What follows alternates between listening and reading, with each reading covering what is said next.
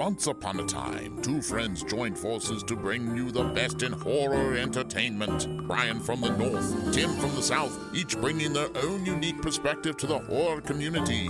Movie reviews, Blu-ray releases, beer pairings, games, and more. Welcome to your new home for horror. This is Civil Gore.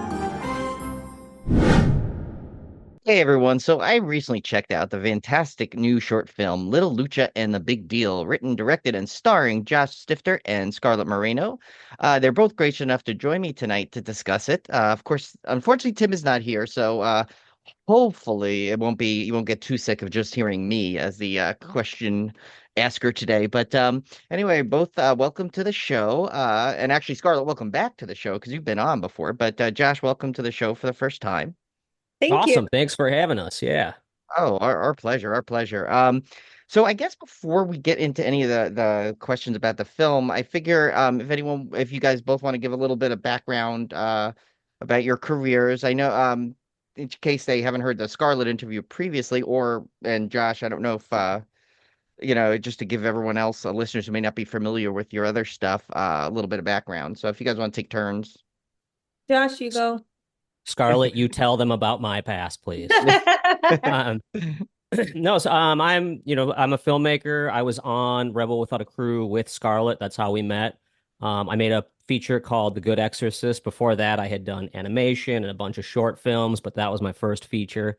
And then right after that, I made a feature called Greywood's Plot. That was a horror comedy that played at Fright Fest in the UK and released through Terror Films last year, or yeah, about a year and a half ago. Oh, nice. And then after that, I made Little Lucha with Scarlett and working on some other stuff now. Nice. Yes. And I am Scarlet Moreno. I am based in Los Angeles, born and raised in Laredo, Texas. I've been directing for a long time. I made a bunch of shorts, and then I was also on Rebel Without a Crew with Josh, which is where we met. And I made my first feature called Phaedra. And after that, I made Velma, which was the horror short that I was on this podcast for last time. Yes. And then right after that, I made Little Lucha and the Big Deal with Josh last April. Yeah, and you teased this movie when you were on too. So yeah, I was always excited, keep an eye out for it. So when they sent me the email like, "Hey, you want to check this out?" I'm like, "Oh, 100%. We heard Yay. about this the last time. We're dying to hear it." And I noticed, by the way, in case I forget to say it, it's kind of all tied now. I noticed you added a Phaedra name in the in this movie. I caught Yeah. that. Yeah, Josh, was that you or Dan that added it in there? I was surprised by it. I was like in one of the rewrites of the script, and when I read it, I was like, "Oh my God, there's a little Phaedra nod," which was so nice. Yeah, Yeah, because that that's was not a a name you hear very often. So that was a Dan Degnan edition Our after the producer. fact. So our producer and my co-writer on most of my projects. So he's in Greywood's Plot and The Good Exorcist as Doug Greywoods and Father Gill.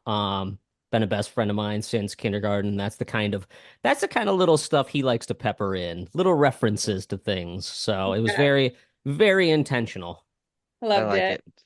Yeah, that was good. That was I was excited about it. And that's not, neither of them are my films.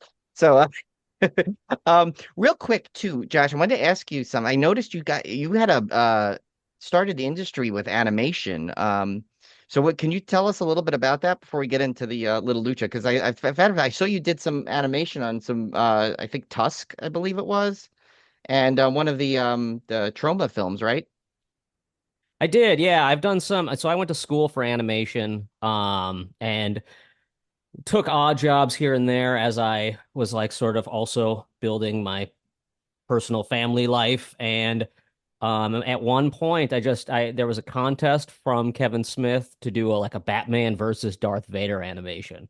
It's Oh, for his nice. podcast Hollywood Babylon, and I was just like, you know what? I got 3 days off of work. Why not? So I put this animation out there to him, and I got a call a few weeks later where he was like, "Hey, do you want to work for me?" I was like, "Sure, that sounds great." So I did a bunch of animations for his podcast. I became pretty good friends with his buddy Ken Plume, who was producing a bunch of his stuff, and Jay Muse. And Jay Muse contacted me and was like, "Hey, I'm doing this animation for Tusk. Would you want to work on it? It's like, of course, that sounds awesome. Because I kind of knew the background to the movie, having heard the episode. Because that was all based on an episode of the podcast that Kevin did with Scott Mosier.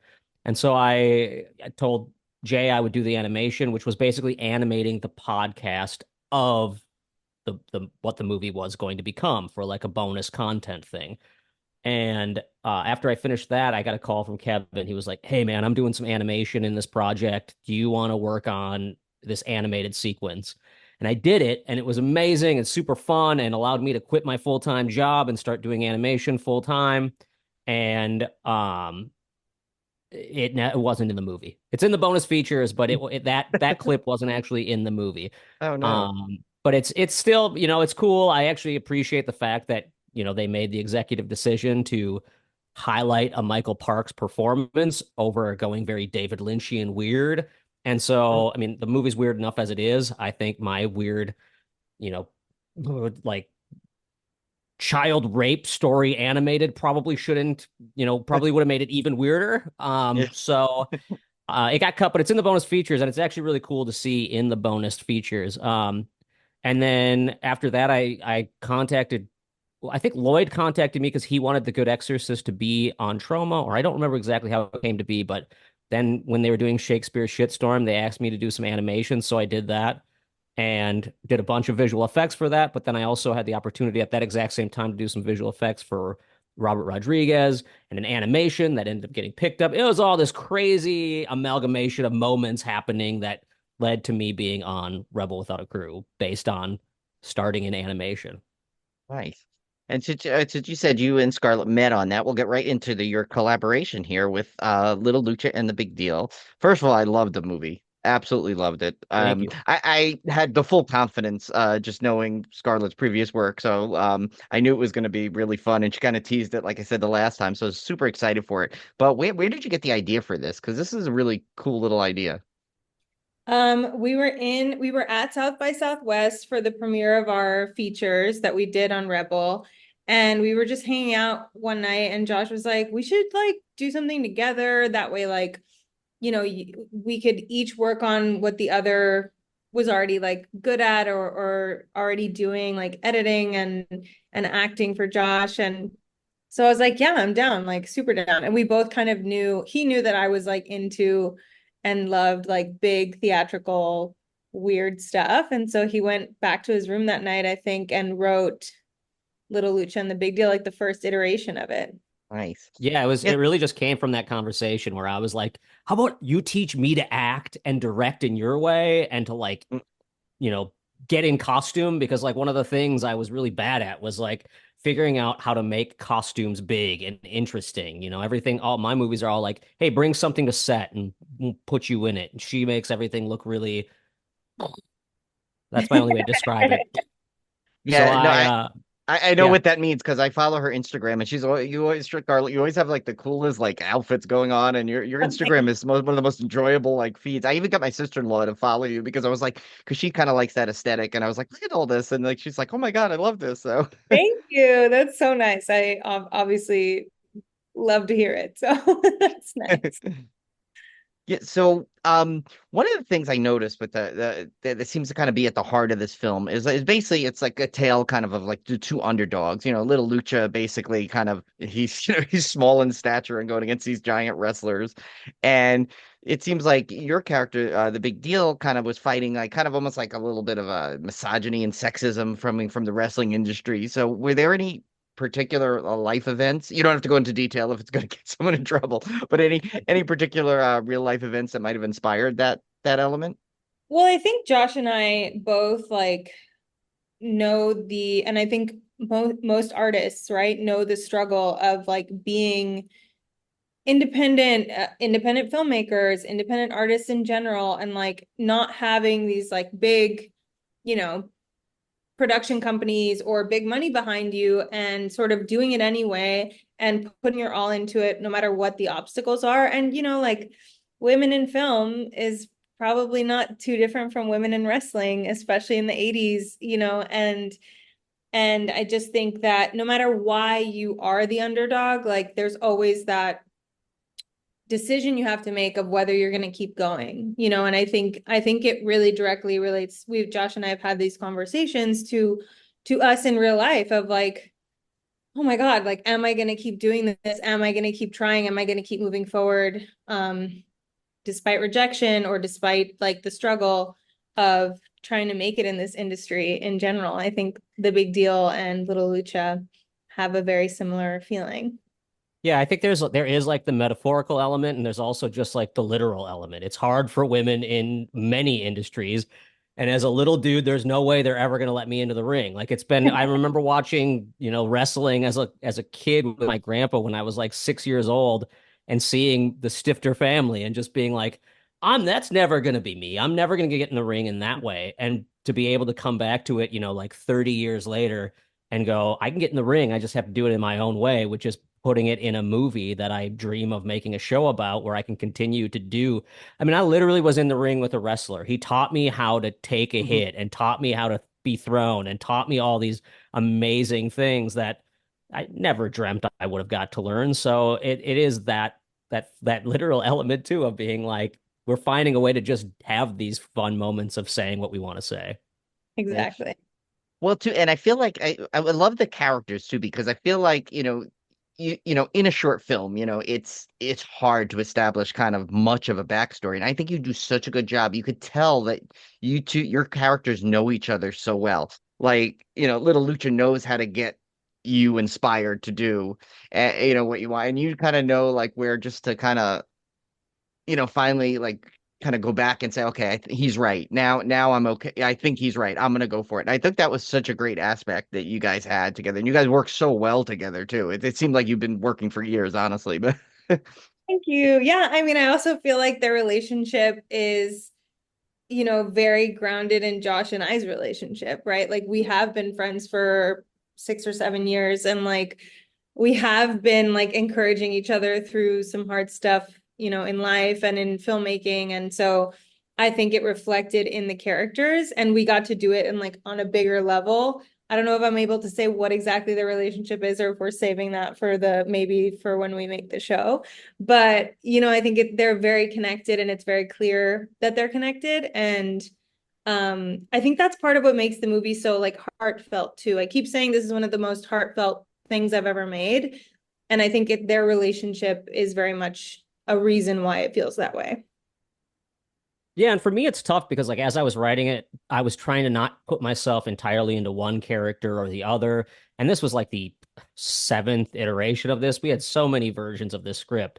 But when Dan and I finally went back to it for the last time to try to really hone in on what it was about, I felt like it was a chance for me to think about what the big deal's biggest issue was, which when I originally wrote it, I had just got off Rebel Without a Crew. I was working with Robert Rodriguez.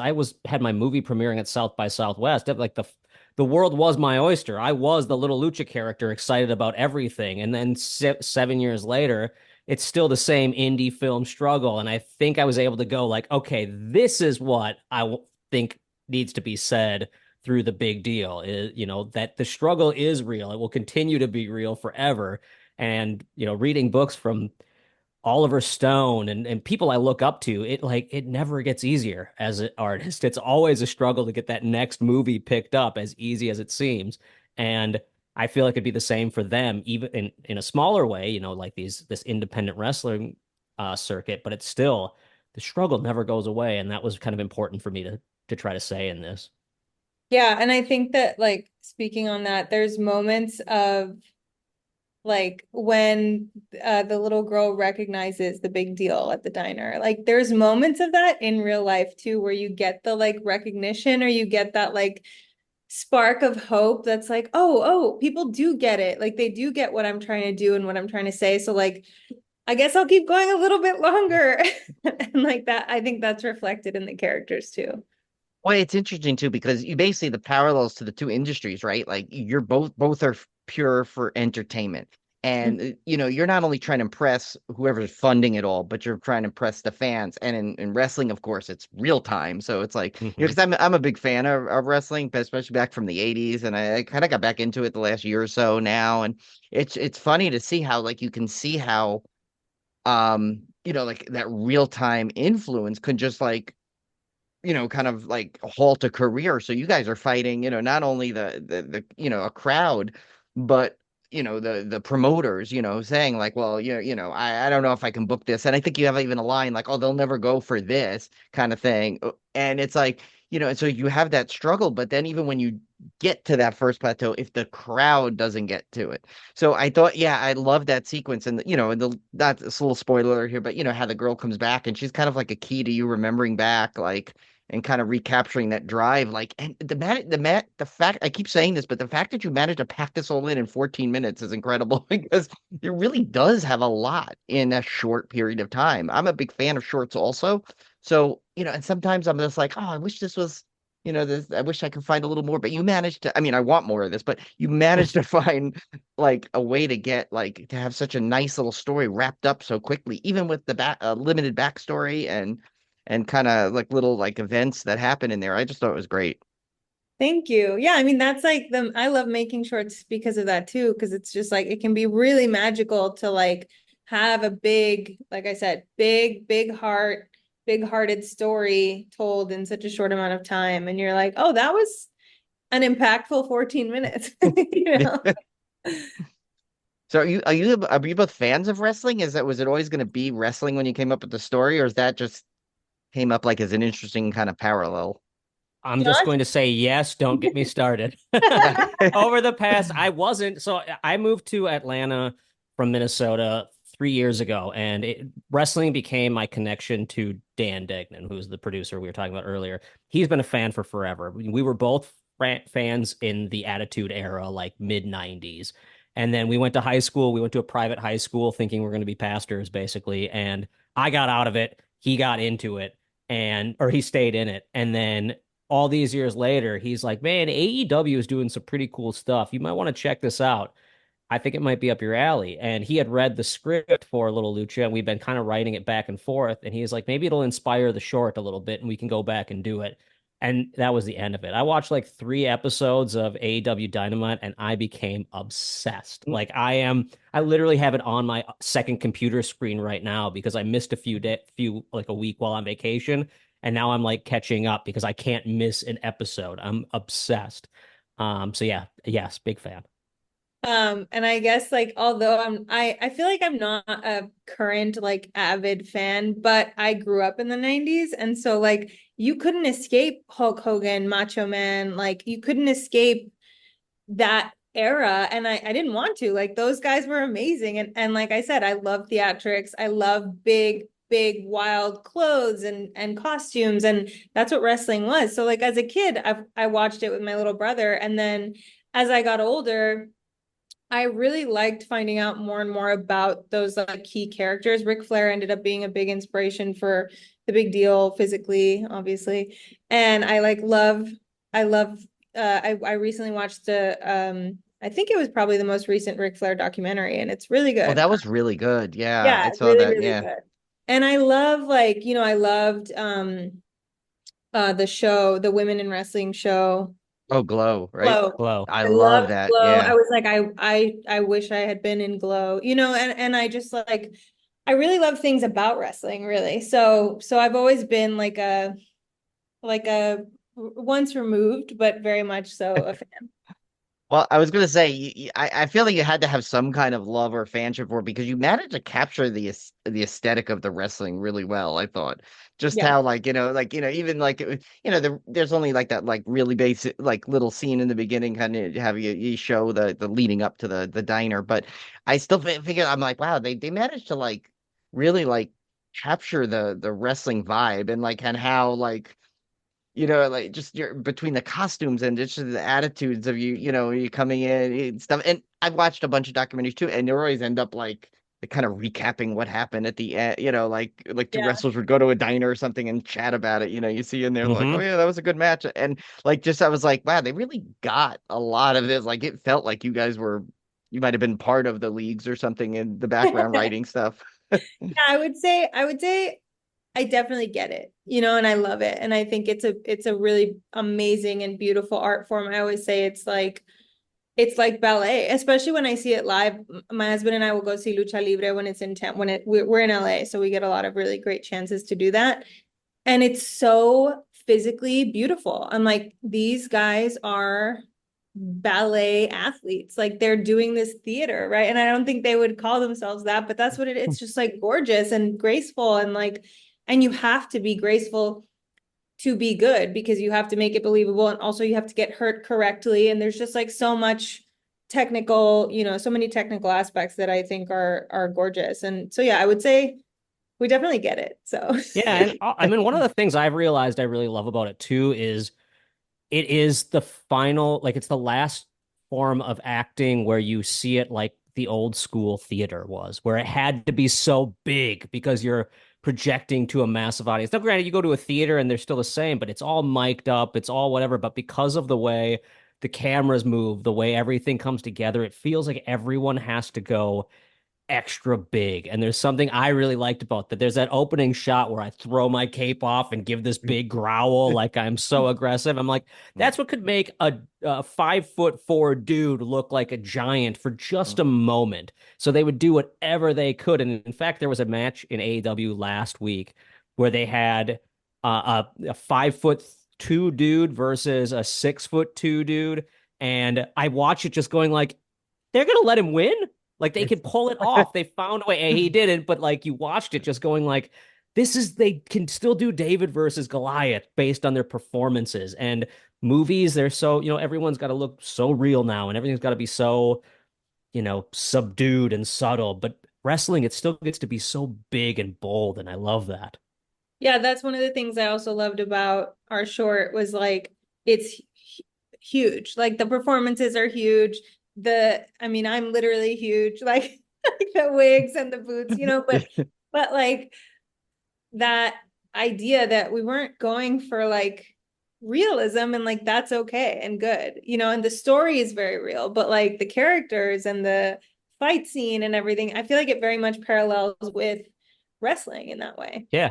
No, and I mean, you see, like a character that's kind of, I guess, somewhat little Lucha. That guy Rey Mysterio Jr. is not tall, and this Right. guy they have like winning like the top championships of WWE at the time. But by doing like what he does, he's fast, he's quick, he can leap around, and he does, So it's like I love the fact that like that anything like it is storytelling, and it's like so that's why I think I think some people that they're like, oh, I don't get it, this is stupid. I'm like, it's you're just not getting it. You're looking for Yeah. the wrong thing. You're looking for some kind of realistic thing. That's not what it Right. really is. Yes, they're getting hurt, they're getting physical, and it's all that part's real, but it's theatric. It's like watching a movie you love or a TV show the way you like. I want to hear the story. So Yeah. yeah. I think as a So filmmaker, like I've always loved films that are not super real and like I love Yeah. suspension of disbelief and like I really gravitate towards that. So I think that's also why I love wrestling and like because I don't have to scientifically believe everything to believe it. I think there's magic in it. And I think that's why it's so cool. And I think right now, sometimes the audience forgets that not everything has to be real. We like, because we're all so connected, one person says like that couldn't happen because of this scientific fact. And you're like, okay. And then people pile on to it. And in reality, I just watch things going like, do I enjoy it? Like, am I pulled out of yeah. myself for a moment? Some of the craziest shit happening right now is in real life. Like we just Yeah. turn on what's happening and it's like, we're the airport situation, presidents being shot at, dudes dropping out, like all of this stuff happening. And so to watch guys just kind of toss each other around and maybe like the biggest moment of the night is like, he's gonna put him through a table. Like that to me is amazing. Yeah, well, I mean, I always say that for every movie, like when critics will be really harsh and they'll just go through all these things. I'm like, well, this did this, and this did that, and this. I'm like, like, where did we lose the fact that you're going there to be entertained? Any kind of movie. Like, if you forget to enjoy, don't forget to enjoy the movie. And as a podcaster, we review stuff. I always try and keep that line. I'm like, I try and go in still first as a fan of the movie. And Yeah. yes, I might critique a thing or two, but I want to I still to me, it's more important the feeling I got when I watched it, not necessarily, oh, well, this part didn't work 100%. It's like if the movie works and you enjoy it, then that's already a win in my book for Mhm. whoever created the film. So, oh, sorry. So I wanted to ask you, since you both co-wrote, directed, and starred in it, so you were involving the whole process here. What was the process like of while like writing your characters that you knew you were going to play? Did that kind of? I know Scarlett, you've obviously done that before for sure. In your other in Velma, but what about like in this one? Like, What was the process you guys went about? I think the first time I read Josh's version first. So I already had an idea of who the big deal was. And then I wrote a pass that like very early on in the first like year that we were working on this, which was like 6 years ago. And I just kind of understood the character from where Josh was writing her, I think, initially. So I just went with her there. And I think he also had me in mind a little bit when he was writing it. So it ended up being like I don't want to say like a very easy character to play for me, but it was very fun and very like I could just step into it, like step into those platforms, and then I was like the big deal. So I think I didn't really have that struggle of like, oh, how am I going to write this? Because Josh had already written the first iteration. Josh.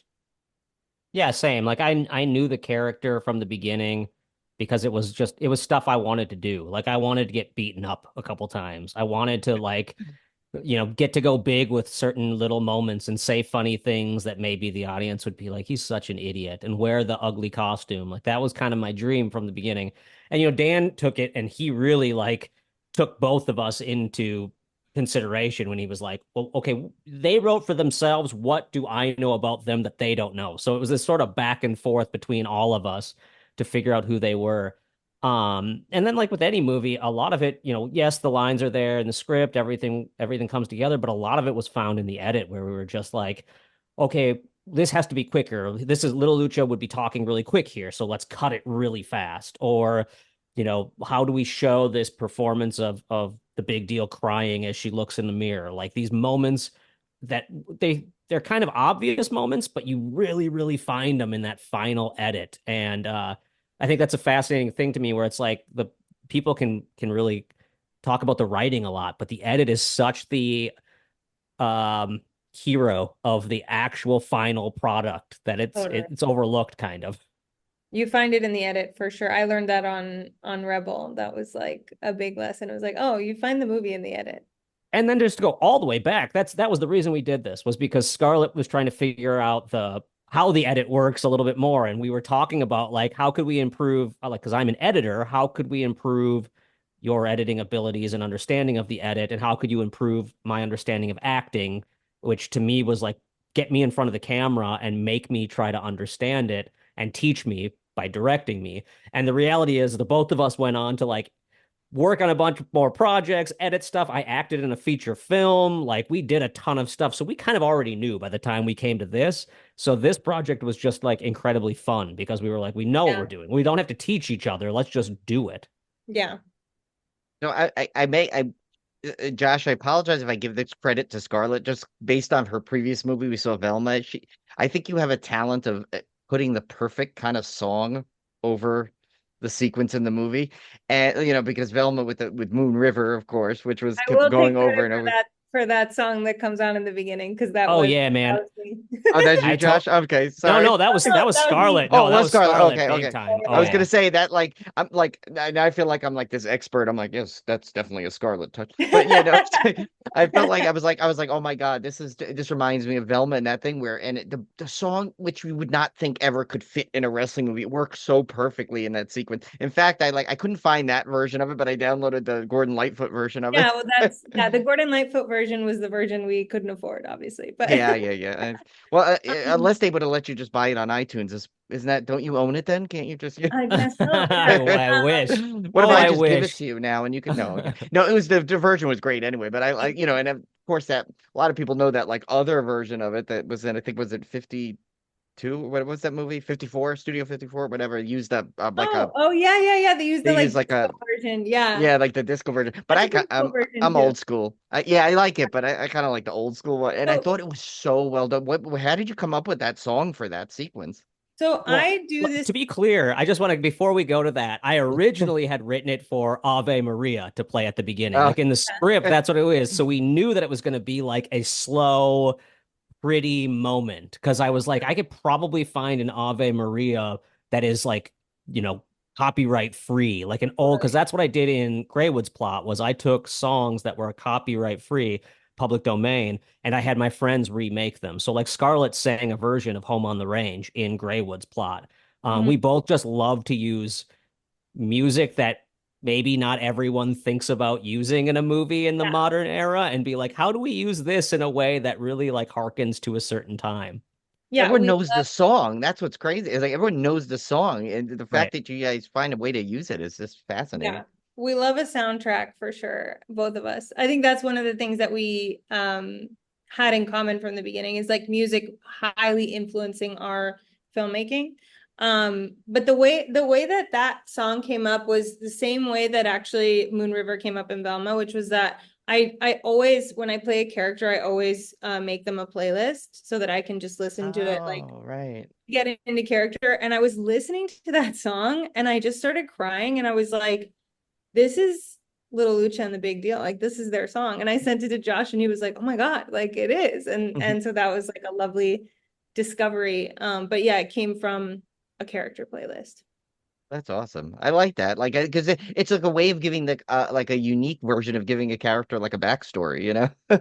Yeah, and the song is a love song. I mean, it's a little bit of a love song, but it's also a song about I think there's a line that says like heroes often fail, and I was just like both you could hear it from both characters' perspectives, and like it would still make sense, which is why I think it worked really well. I want to. This is a spoiler alert, so if you're hearing this and you haven't seen the film yet, but that line actually really resonates in that sequence where the girl like comes up to you and you're basically her hero, and then you in some way, according to the mother at least, fail her by not giving her the thing. But then in Yeah. the end, through your whole mindset of remembering back to being a little and realizing you were that thing, and then you basically make her day by giving her the I get what is a wrist piece. I don't know what that's Glove. called. Like an It was just armband. a I don't. glove, a fingerless glove. Yeah. Okay. But and like that's like an emotional sequence, and it's like so it's like and then to think that like oh yeah that actually that line kind of like summarizes that a little bit. So Yeah, I just love when music and film like I mean I'm a huge Tarantino fan too, so that's like really influential.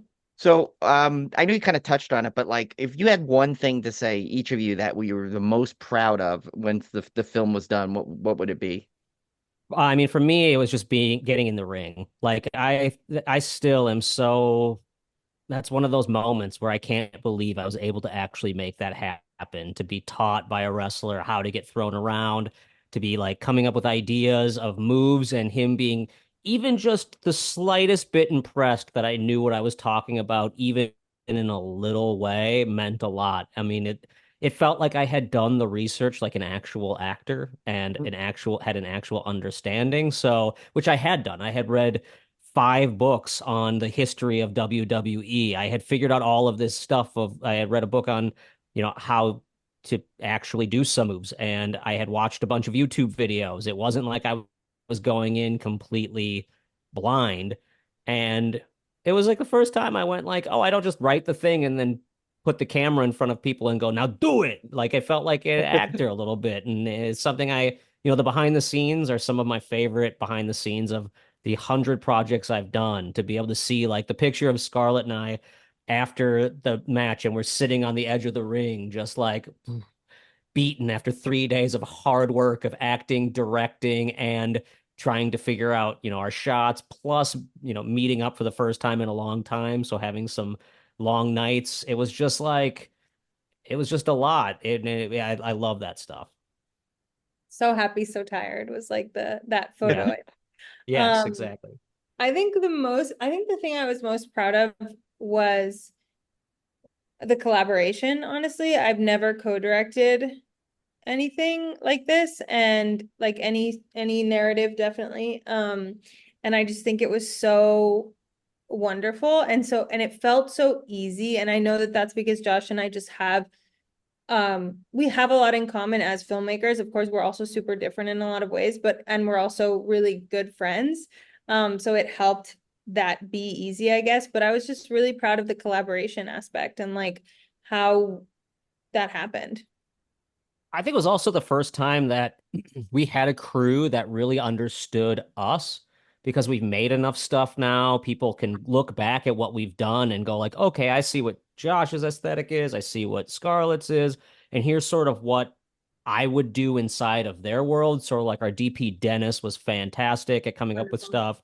My buddy Strauss, who is sort of my like assistant director on projects. It was the first time he really showed confidence and was like, no, I can give you bloody eye. I can come over here and do this. I can fix this thing. Like he was just an amazing talent to have around that took the stress off of me because he knew what things would stress me out. I just think in general, it was one of those projects that was kind of collaborative in a way. Even little things that Dan took over where he was like really in producer mode, where generally if I want to get the lights off in a building that, has a 40-foot ceiling, there's no way I'm going to be running around trying to figure it out myself. And instead, Dan was like, no, you go talk to the wrestler and figure out what you're doing. I'll take care of that. And having those sort of people around who get like, just go do it. Don't worry about it. Just go do the thing that needs to be done. That was pretty awesome. Nice. Now, I'm also pretty proud of that final shot, that motorcycle shot, because that that came out of like I wrote it in the script and I was really excited to do it, but it was the first thing that could have been cut because it doesn't really add anything necessarily. Like it literally doesn't add anything. It adds an emotion, but you don't need the emotion at the end. And we watched the final cut. Yeah, we looked at the final cut without it, and I was just like, let's try to do it. Like, can you fly out? Can we get a motorcycle? Can we get a trailer? Can we do this? And we had a Jeep with lights set up on it. And it felt like being on a bigger set than we deserve to have for a moment. And it really, really worked. For the record, it was still like two people and us. Yeah. It was my brother-in-law and my sister-in-law. My brother-in-law holding the camera and then Scarlett and I jumping on. But then there was other people on the outside who made it happen. Like, getting the motorcycle, we had to contact our buddy Hoff. Getting the, lights set up. There was just a lot more to it than just No, I mean, and it was me flying to Atlanta and like after the fact, like after the original shoot. But I think that because Josh was like, I really want to do the motorcycle scene. I really want to do the motorcycle scene. And he was like, but maybe we don't need it. I was like, maybe we don't need it. And then he was like, no, we got to do it. And when I saw that cut when I saw his hand, like, what do you call it? Pull the throttle? Yeah, revving the throttle. Yep. Whatever. When I saw his hand pulling the clutch, revving the throttle. Yeah. On the screen, I just started crying. I was like, and it just is so powerful, I think. And I'm so happy we did do it. And that he was like, no, we got to do this. That was all.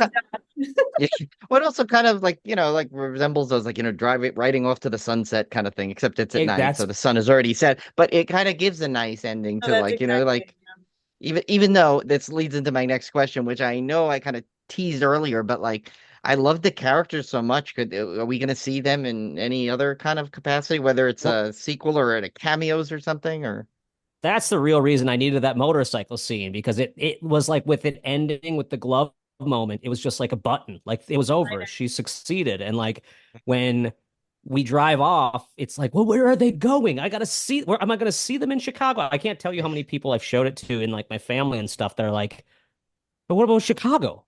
Literally, what about Chicago? Yeah. What about Chicago? That's always the question. Josh and Dan wrote and have like fleshed out a beautiful treatment idea for a show. So if anybody wants to help us make it a show, please do. Well, I can use my big mouth for that if you want. I'll just keep telling me what to say. I'll say it out everywhere. Perfect. Yeah, man. We want to do a limited run series and do like 8 episodes. Oh my God, that'd be awesome.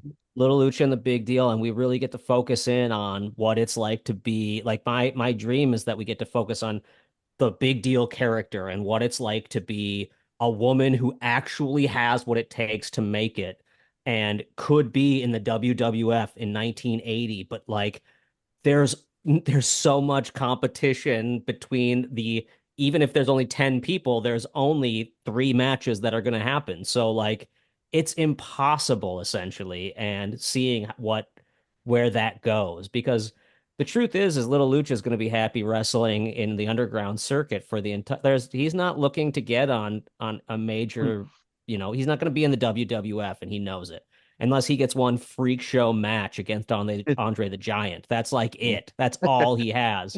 But I think that there's a really great story in like who their characters are and what it means to keep going and keep trying and learning who you are throughout your artistic endeavors.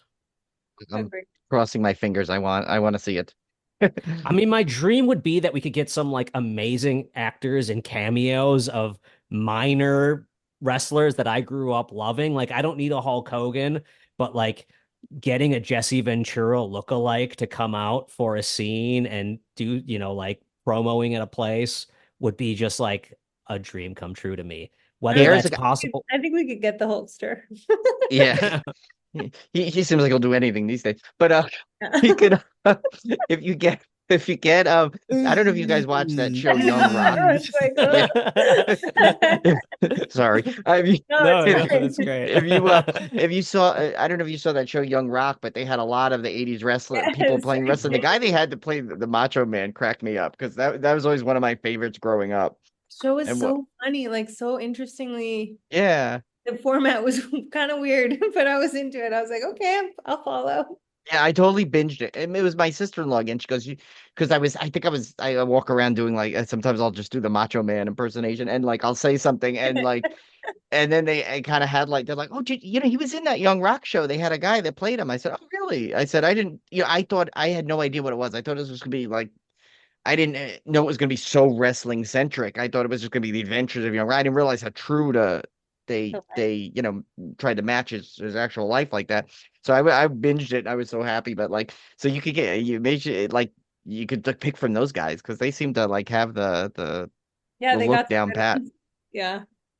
There's also, actually, it's funny. There's this guy I follow. I forgot. I think I'll find it, Scarlett, and I'll share it to your Instagram. It's this guy. He just goes around. That's his whole thing. He cosplays as the Macho Man, and he just goes around everywhere to conventions and stuff like that. And it's hilarious, because he does like, he's got all his different costumes, not just his like standard one, but he's got everything. And he goes around and you see all these other wrestling conventions, and he's with these other cosplayers, and I'm like, they don't match his thing. He's so good. It's like, and he sounds like him too. That's exactly what I want, is to find some people who just look like them and act like them and give them the chance. The hardest part would be getting the rights. You have to get the rights to be able to use the character. Once you get the rights, I feel like finding someone, there's so many talented people out there doing, doing cosplay versions, essentially, impersonations. And I think that would be so fun to be able to direct them all for a day, just getting the Macho Man impersonator and having fun with him for a scene where he yells at one of us for like, accidentally tripping him into his, hot dog or whatever. And then we get to have a moment with the character. Yeah. Fun fact, when I was 10, I came to LA. Well, not by myself. I was with my parents. We came to LA for a vacation with my little brother, and we saw Macho Man at Johnny Rockets, and my little brother followed him into the bathroom to ask for his autograph. Oh my God. And he was really nice. What did he say? He goes, what did he say? Like, welcome in the bathroom or something. Did he say, that's what I would have been so embarrassed to go up there. Although I did meet some, funny story, quick sides, right? Like, I don't know if you that wrestler Lita. She was in the WWE for a while. Mm-hmm. I still remember she was. We were getting tickets. It was back when tickets you had to like wait online all night, like at the arena, to get tickets well before like you could do online stuff. And my friend and I, we waited for, it was SummerSlam was Long Island at the time, and so as a treat to everybody, they had some wrestlers appear like in the morning, like once the tickets open up, and Lita was one of the ones. I knew she was coming, so I had like a DVD like that I was going to have her sign, and she was just coming back from her neck injury, and like idiot me walks up and like totally trips and almost falls into her table, and she just like her eyes widened, like she was like terrified. I'm like, oh my God, this woman's like jumping off like cages and stuff, and I just scared the heck out of him. But like I was tripping. But it just made me think of it when you said he like stepped on something, and I'm like, oh yeah, that would be my character probably, I'm sure. Uh, so before you go, where can everyone find this, check out the film? I assume it's during festivals now, right? Yes, we're hoping for a long festival season, so might not be able to see the film unless you're close to a festival. So keep an eye out for that. So where can they find out information like where it's playing? Is it your socials or is there a social page Both of for the us, film? both of us have Instagram, and then also we have a Little Lucha and the Big Deal specific Instagram. Oh, okay. I gotta follow that then. I know I follow you. I follow you, Josh, after. I know I follow Scarlett already, as I mentioned earlier, because so I'll make sure we share that. And of course, anytime there's an update so that and you want us to share it, we'll just drop us a line and we'll make sure we get it out there on we do that little first chop, as we call it, segment in our podcast where we kind of go through like news. So we'll make sure we can announce any festivals it's playing at. So Thank you. Awesome. I kind of want to hope. I hope it comes. I think it's debuting in LA, which is like normally I could get down there. Just that's not that far. Just this week I won't. But I hope it kind of comes maybe to the Bay Area because I'd love to see it with a crowd. I'd want to Yeah, see it with an yeah. audience. We'll keep So that in hope. mind. Yeah, let me know for sure for that one. But anyway, thank you both so much for coming on again. Scarlett, it's always a pleasure to have you on, and Josh, it was great meeting you. And Yeah. we told Scarlett last time, and you could see it's true. Anytime you have any project you guys want to promote, just send us a word, and we'll be happy to have you on. Even it doesn't have to be horror, obviously, 'cause, Thank you. Awesome. That sounds great.